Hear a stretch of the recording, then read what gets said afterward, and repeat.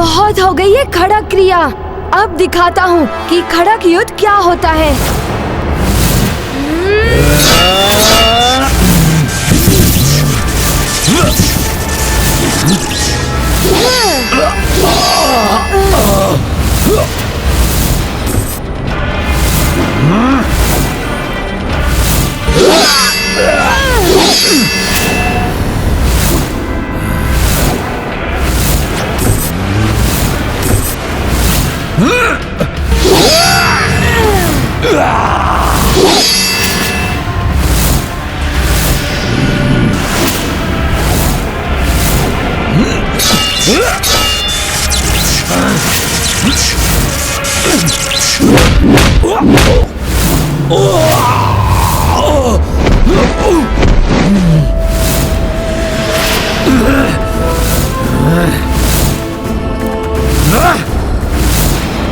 इससे बालक समझना भूल थी मेरी।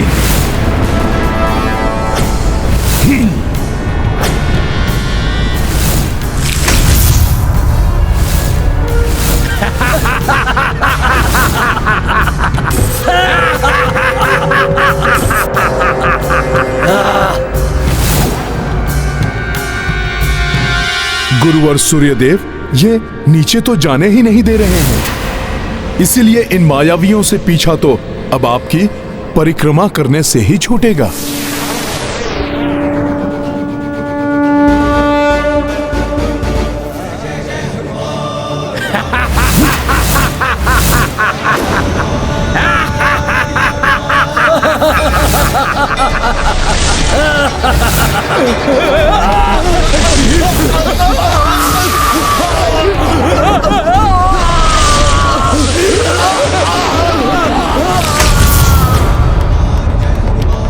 धन्यवाद गुरुवर।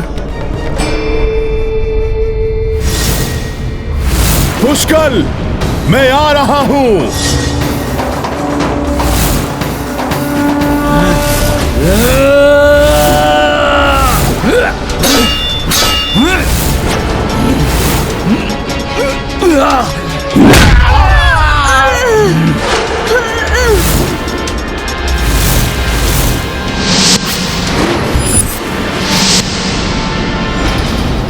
गिर गए बालक। यदि चोट लग गई हो तो विलाप मत करना, योद्धा हो ना तुम।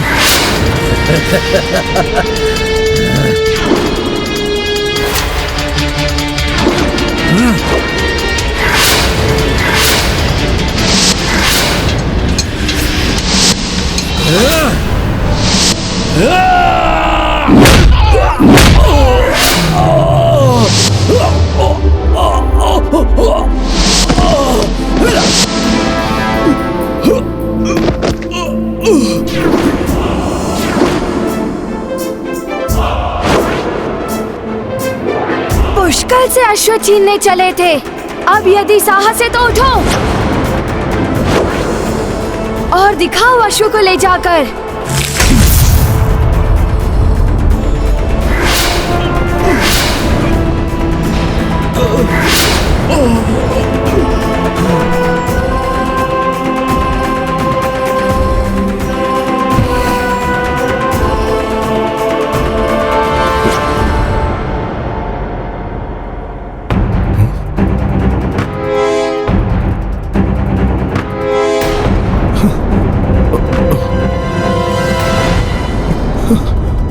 किंतु अश्व है कहां?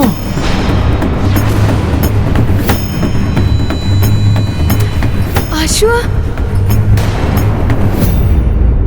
अश्व गया कहां?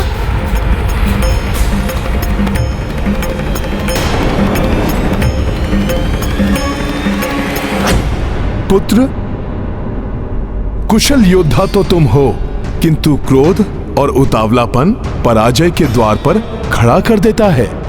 वो बालक कहकर तुम्हें उकसाता रहा और तुम अहंकारवश अश्व को भूलकर उसे परास्त करने में लगे रहे और तुम अश्व खो बैठे। कुमार, उतावलापन योद्धा के लिए उचित नहीं होता।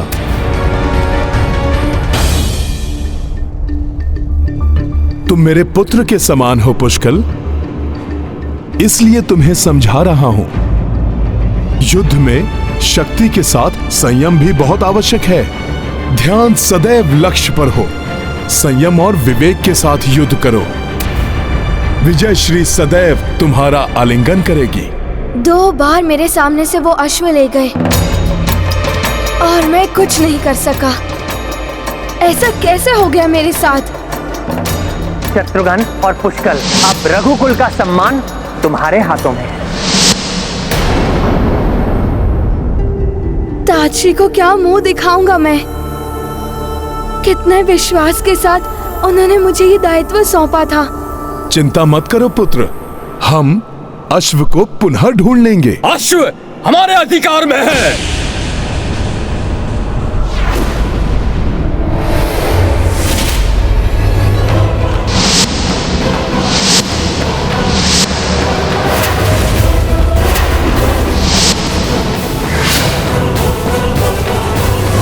महाराज सुबाहु, लौटा दीजिए हमारे अश्व को।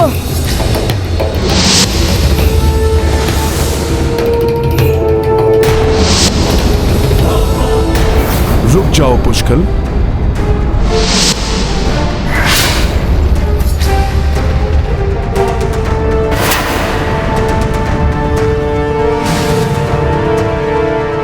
अश्वमेध का अश्व है ये, ऐसे कैसे लौटा दे हम? यदि फिर भी आगे बढ़े तो ये अश्व नहीं, इसकी मृत देह मिलेगी तुम्हें।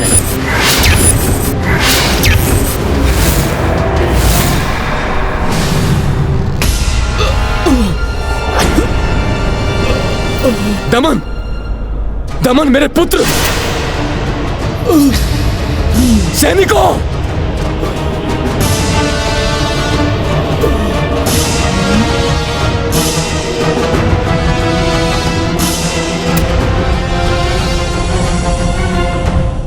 यदि हमारा अश्व नहीं लौटाया तो यही दशा होगी आप सबकी। आप सबकी भलाई इसी में है कि पराजय स्वीकार कर ले। तुम्हारी जीवा तुम्हारी आयु से कुछ अधिक ही चलती है। इसका दंड तुम्हें युद्ध में मिलेगा। तुम्हें अश्व प्राप्ति के लिए हमसे युद्ध करना पड़ेगा, हमसे। युद्ध सदैव विनाशकारी होता है महाराज सुबाहु, जिसके दुष्परिणाम वर्षों तक प्रजा को सहने पड़ते हैं। आप तो प्रभु श्री विष्णु देव के महान भक्त हैं, फिर क्यों आप उन्हीं के अवतार प्रभु श्री राम से वैर मोल ले रहे हैं? आपके लिए यही उचित होगा कि आप शांति पूर्वक ये अश्व हमें लौटा दीजिए। बस,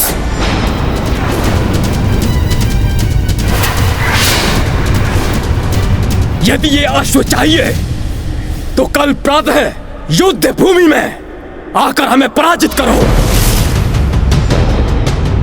और प्रमाणित करो कि तुम्हारा राम अश्वमेध यज्ञ करने योग्य है। कल तुम्हें स्वयं ज्ञात हो जाएगा कि तुम्हारा राम विष्णु अवतार होने का अब तक ढोंग रचता आया है, मात्र ढोंग।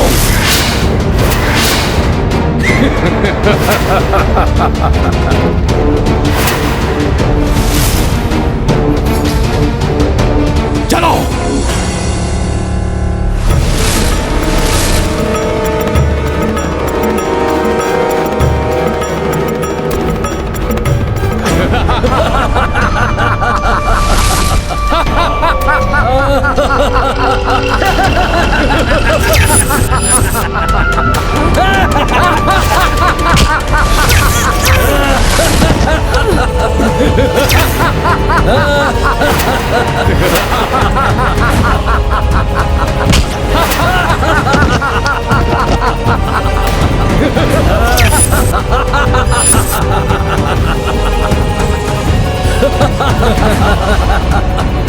कल अंतिम दिवस है इस बालक के जीवन का।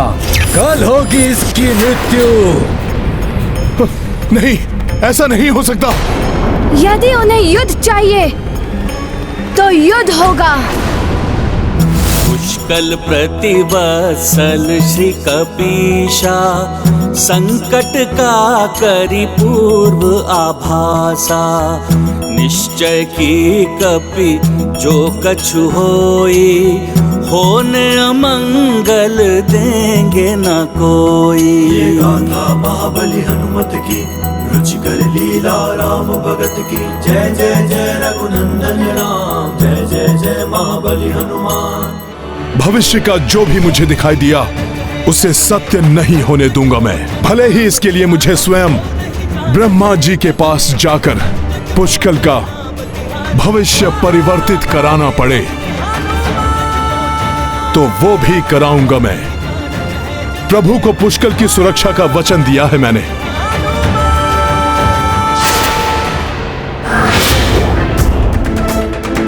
यदि उन्हें युद्ध चाहिए तो युद्ध होगा। हठी पुष्कल अवश्य युद्ध करेगा। कल के युद्ध में पुष्कल को एक क्षण के लिए भी अपनी अभिरक्षा से बाहर नहीं होने दूंगा। मैं किसी भी मूल्य पर पुष्कल को कोई हानि नहीं पहुंचने दे सकता।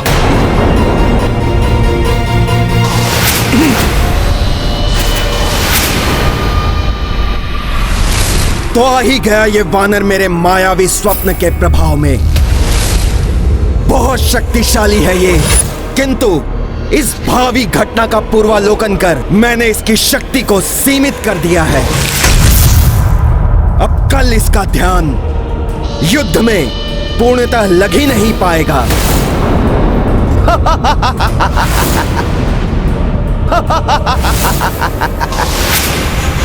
प्रभु, महाराज सुबाहु और उनके पुत्र युद्ध चाहते हैं।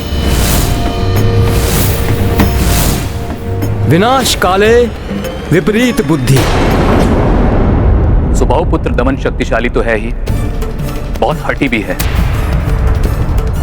उसके भाई विचित्र ने मायावी शक्तियों और शस्त्रों को सिद्ध कर रखा है। ये दोनों मिलकर हमारे लिए कोई बड़ी चुनौती बन सकते हैं। इसलिए भैया, मुझे सेना की एक टुकड़ी ले जाकर उनकी सहायता के लिए जाने की आज्ञा दीजिए।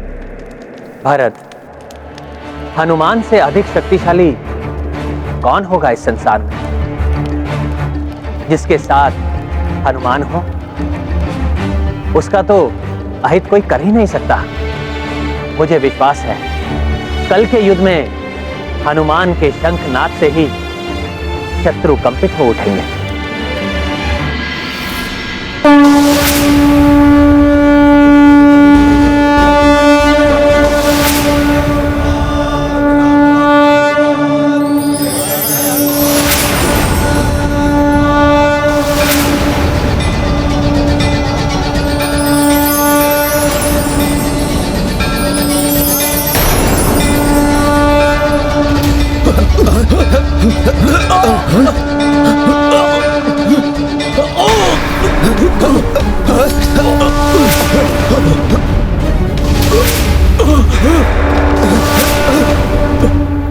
शंखनाद से कंपन उत्पन्न कर रहा है ये।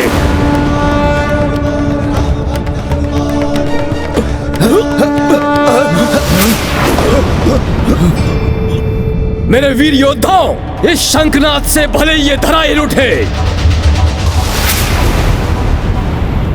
किंतु तुम्हारा विश्वास, तुम्हारी दृढ़ता, तुम्हारा साहस नहीं हिलना चाहिए,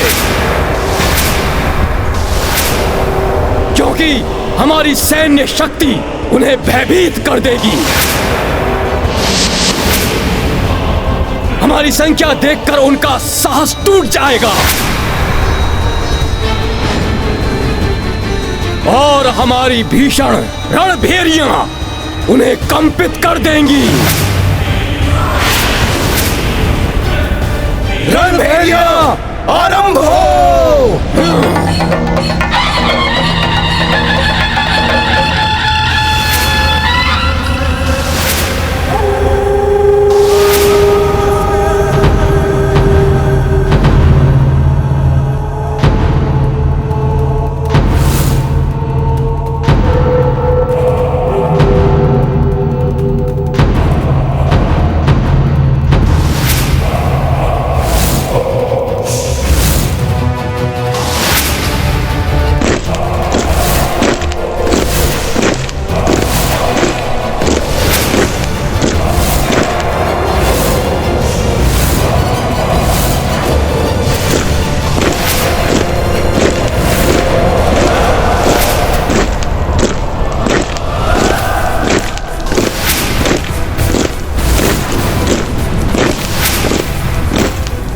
तो हमें फंसाने के लिए इन्होंने अर्धचंद्राकार व्यूह की रचना की।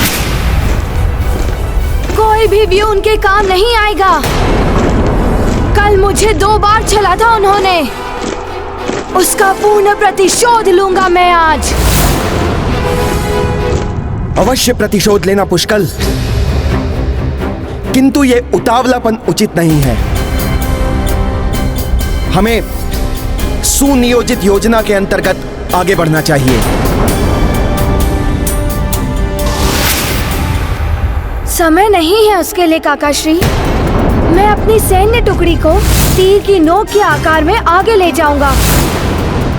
बाण शिराकार सैन्य रचना से भेद दूंगा मैं उनके व्यूह को।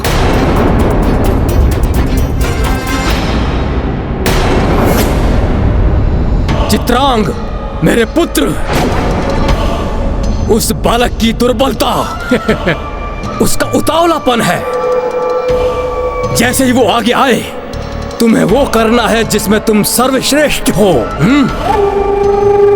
मेरा आशय समझ गए ना? उन्हें आने तो दीजिए पिताश्री।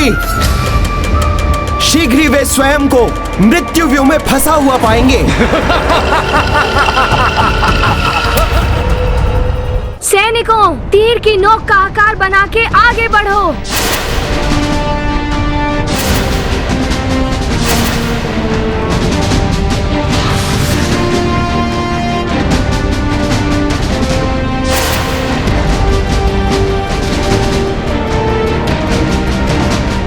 पुष्कल तो बिना परिणाम का विचार किए आगे बढ़ रहा है। इस प्रकार तो यह संकट में पड़ जाएगा। कल अंतिम दिवस है इस बालक के जीवन का। कल होगी इसकी मृत्यु। पुष्कल का उतावलापन इसे संकट में डाले, उसके पूर्व ही मुझे कुछ करना होगा। और इसे रोकने का मात्र एक ही उपाय है।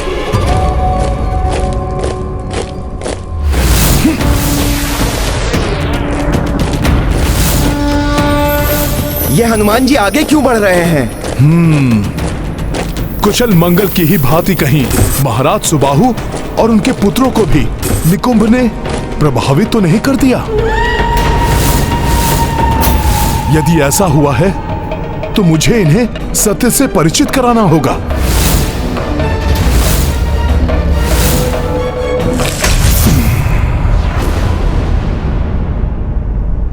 महाराज सुबाहु, आपका परिवार और आप प्रभु विष्णु देव के महान भक्त हैं।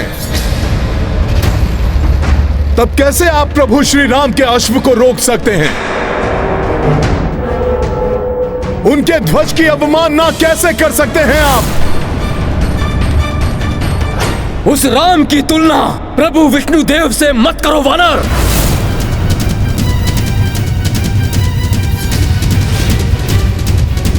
महाराज सुबाहु, जो भक्ति भाव आपकी पहचान है,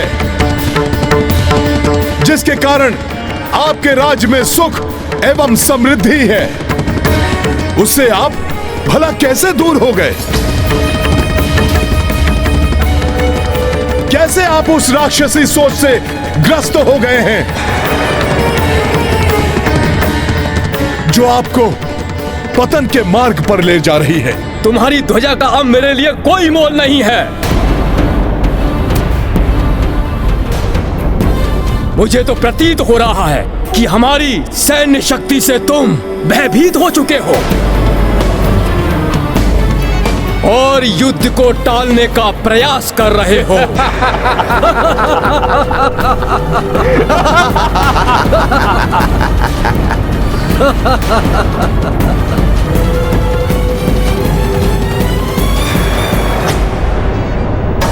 प्रयास तो मैं युद्ध टालने के लिए ही कर रहा हूं। पुष्कल को संकट से बचाना है मुझे, किंतु प्रतीत हो रहा है कि अब युद्ध के अतिरिक्त अन्य कोई विकल्प शेष नहीं है।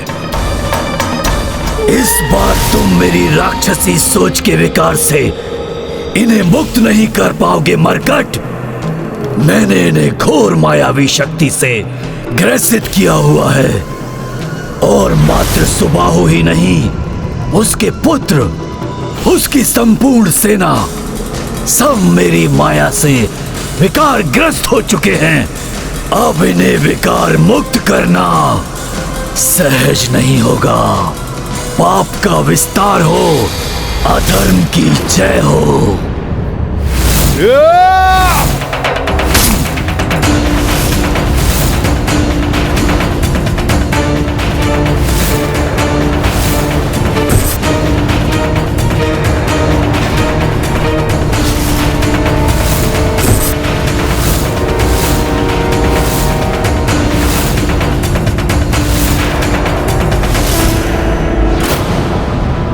होनी को कौन टाल सकता है?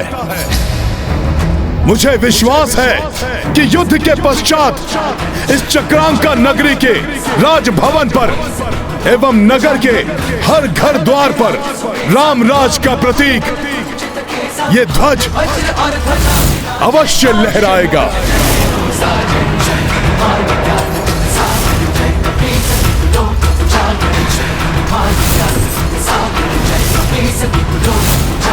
यदि तुम्हें अपने बल पर इतना ही विश्वास है तो हमारे युद्ध व्यू में प्रवेश करके दिखाओ।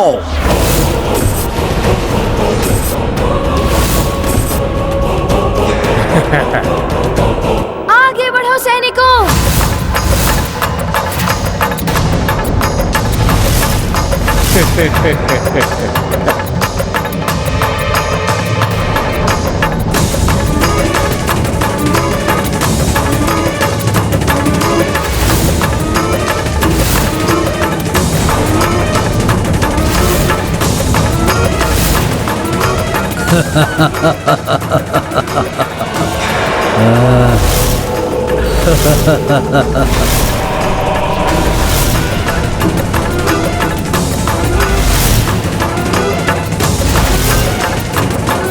कहीं इस युद्ध का परिणाम विपरीत न हो।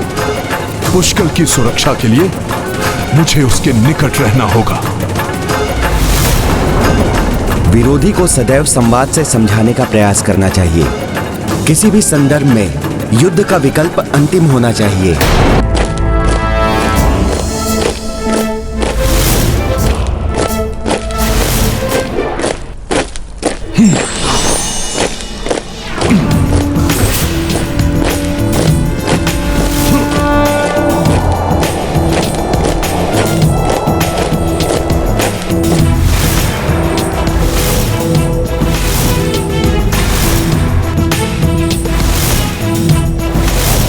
इस युद्ध को समाप्त कर अश्व को शीघ्र ही महाराज सुबाहु के बनाए चक्रव्यूह से मुक्त करना होगा ताकि अश्वमेध यज्ञ की यात्रा पुनः आरंभ हो सके।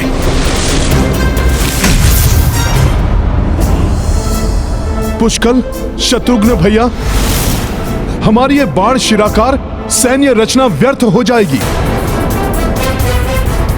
मेरी बात सुनिए। आपने युद्ध डालने का प्रयास करके देख लिया ना। आपसे आग्रह है, अब मुझे करने दीजिए इस युद्ध को समाप्त।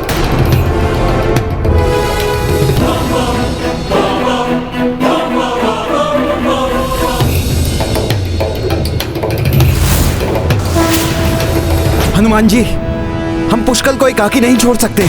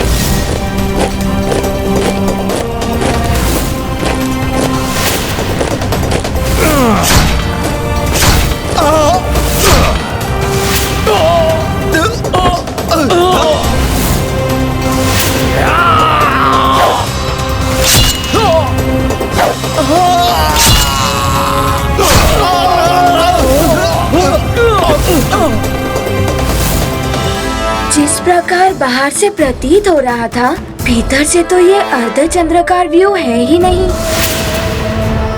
अच्छा, तो हनुमान जी की चेतावनी सत्य ही थी।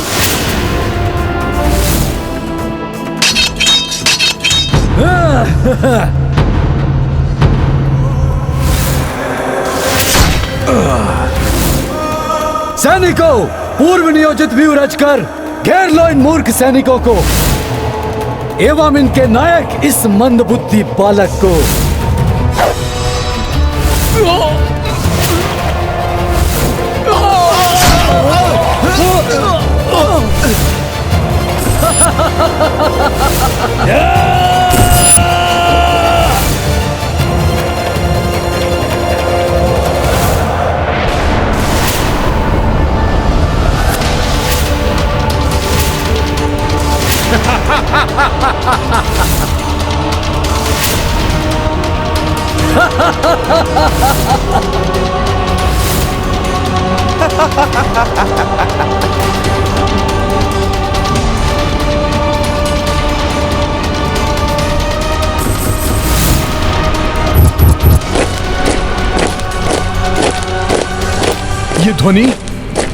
ये ध्वनि कैसी है?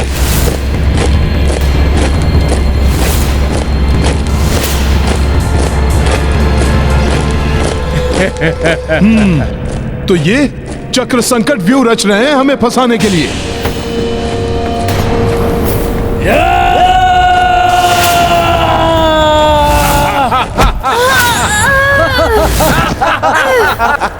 बार बार व्यू परिवर्तन।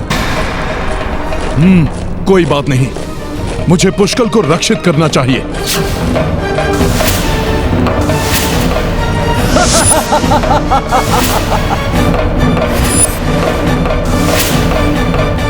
मैं जिसके लिए पुष्कल को रोक रहा था, ये तो वही होने जा रहा है। वानर, अब दिखाता हूं तुम्हें अपनी मायावी शक्ति से यह विचित्र क्या कर सकता है।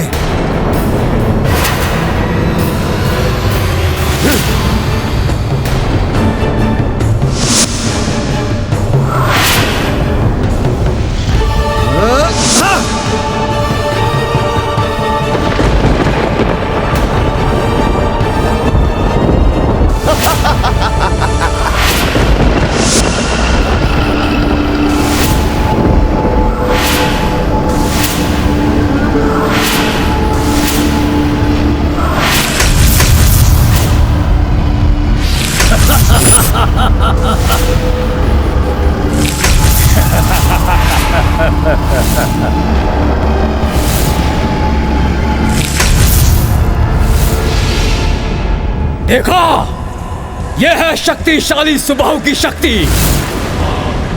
अब तक तो मात्र संकट व्यू में फंसी थी सेना, अब साक्षात संकट खड़ा है तुम्हारे समक्ष। ये वो मायावी योद्धा हैं जिन्हें कोई समाप्त नहीं कर सकता, कोई भी नहीं। किंतु शीघ्र ही ये तुम सबको समाप्त कर देंगे और इसका आरंभ होगा इस नन्हे बालक से।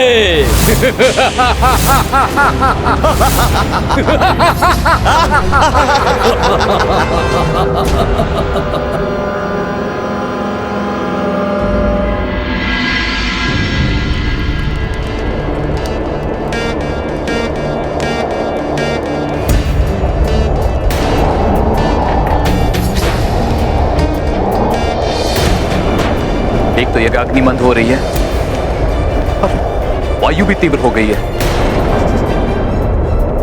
वायु को तो मैं इसी क्षण रोक दूंगा।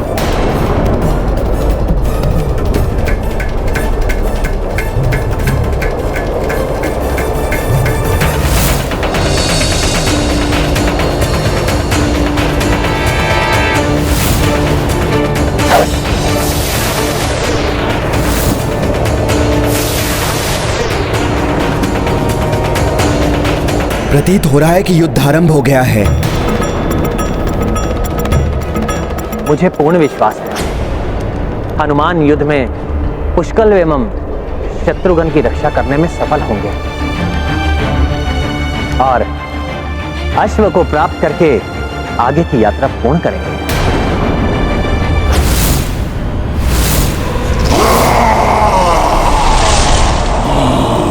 ये मायावी योद्धा सेना के लिए बहुत बड़ा संकट उत्पन्न कर सकते हैं। पहले मुझे इन्हें ही समाप्त करना होगा। जय श्री राम।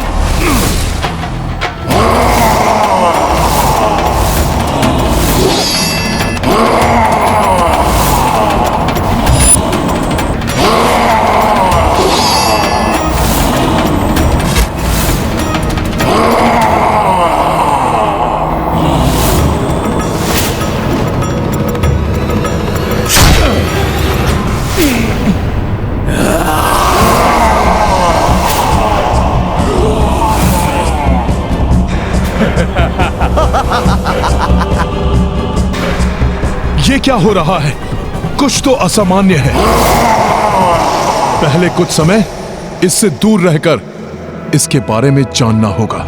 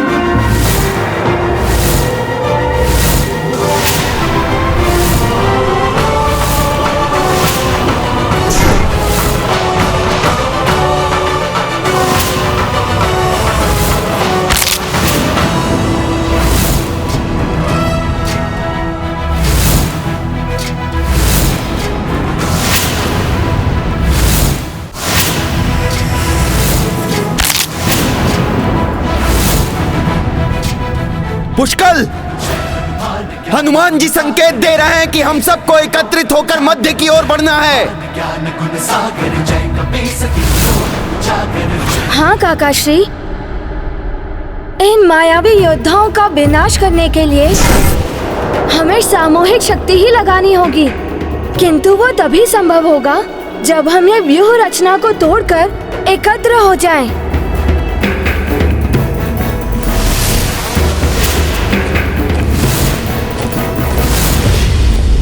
इनकी व्यूह रचना को मैं तोड़ता हूँ। इन योद्धाओं को मध्य में लेके चलना है मुझे।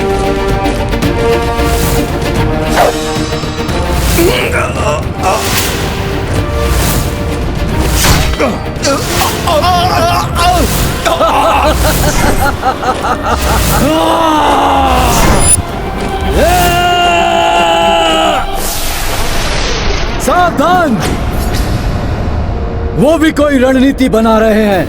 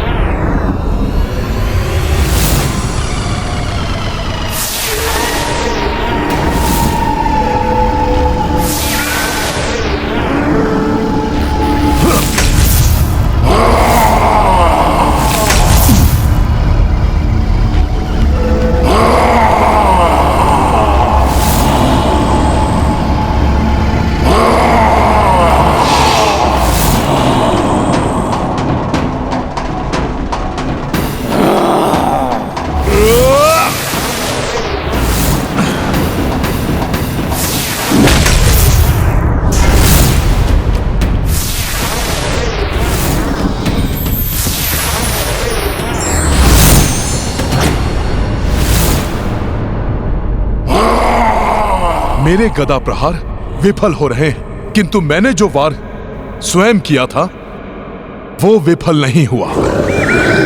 अर्थात इसका मायावी सुरक्षा चक्र अस्त्र शस्त्रों से इसकी रक्षा करता है, ना कि दैहिक प्रहार से। अब देखता हूं तुझे मायावी।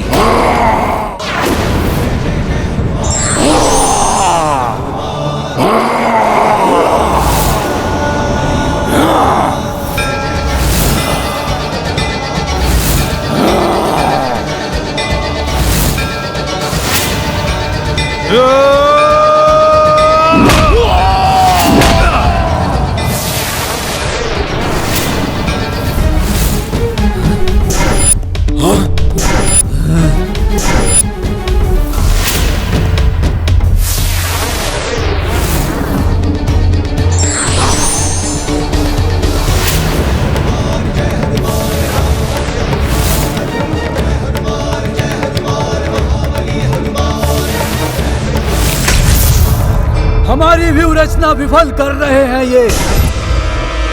कुछ तो करना होगा, परंतु क्या? हनुमान का बल एवं विवेक प्रशंसनीय है। हनुमान की एक ही चाल ने सुबाहु के तीनों व्यू तोड़ दिए। अब तो सुबाहु को भी समझ में आ गया होगा कि उसने किन से युद्ध मोल ले लिया है। पीछे हट जाओ सब, हमारी व्यू रचना ध्वस्त हो चुकी है। पुनः एकत्र होने के लिए हमें पीछे हटना होगा। हाँ, तभी हम इन्हें पुनः घेर पाएंगे।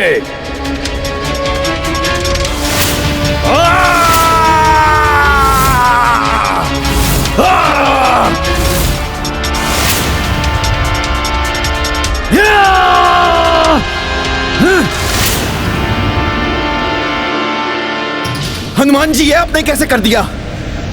इस अविनाशी योद्धा पर तो कोई अस्त्र शस्त्र कार्य ही नहीं कर रहा है। अस्त्रों से ये रक्षित हैं, दैहिक बल से नहीं।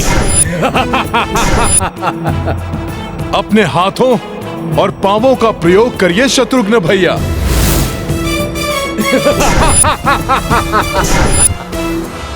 इनकी मायावी शक्ति इन्हें हमारे अस्त्रों शस्त्रों से रक्षित करती है, किंतु इनके स्वयं के अस्त्रों और हमारे मुष्टिक प्रहार आदि से ये नहीं बच पाते हैं। तो ये है इन्हें परास्त करने का उपाय। अब देखता हूँ मैं इस मायावी को।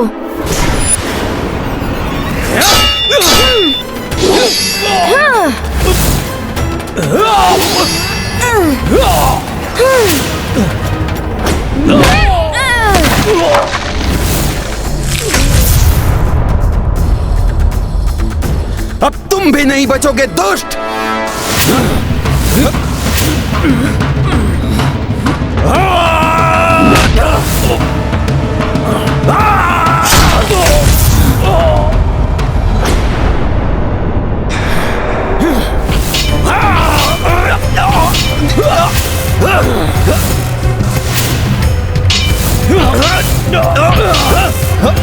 चित्रांग, ये क्या हो गया हमारी सेना को? हमारे सुदृढ़ व्यू को कोई नहीं तोड़ सकता। ऐसा कैसे हो सकता है? विचित्र, ये साधारण योद्धा नहीं है जैसा कि हम इन्हें समझ रहे थे।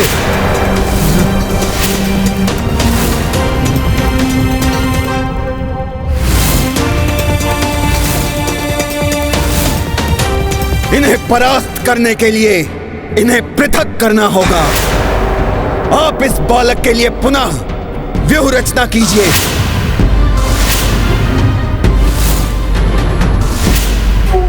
मैं इस वानर को संभालता हूं।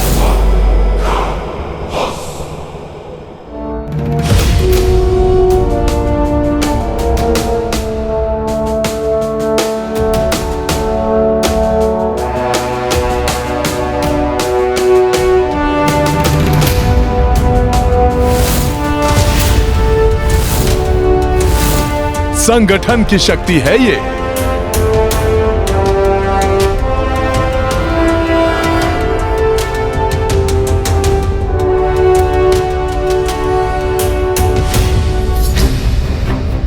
अब समय आ गया है।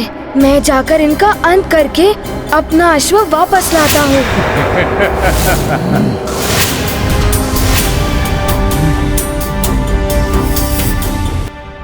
कुमार पुष्कल को एकाकी आगे नहीं जाने देना चाहिए हमें। आओ बालक, बहुत उछल कूद कर ली तुमने। अब तुम्हें सदा के लिए शांत करता हूं।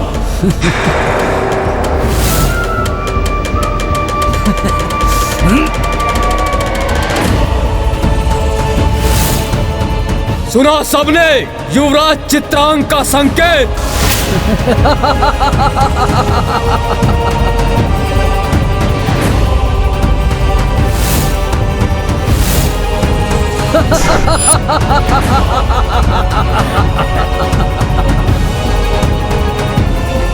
क्रौंच व्यू बना रहे हैं ये। इसमें यह सहजता से पुष्कल को फंसा सकते हैं। संगठन में वो शक्ति होती है जो विकट से विकट परिस्थिति को सरल बना सकती है। इसलिए व्यक्ति को संगठन की शक्ति के साथ विरोधी का सामना करना चाहिए।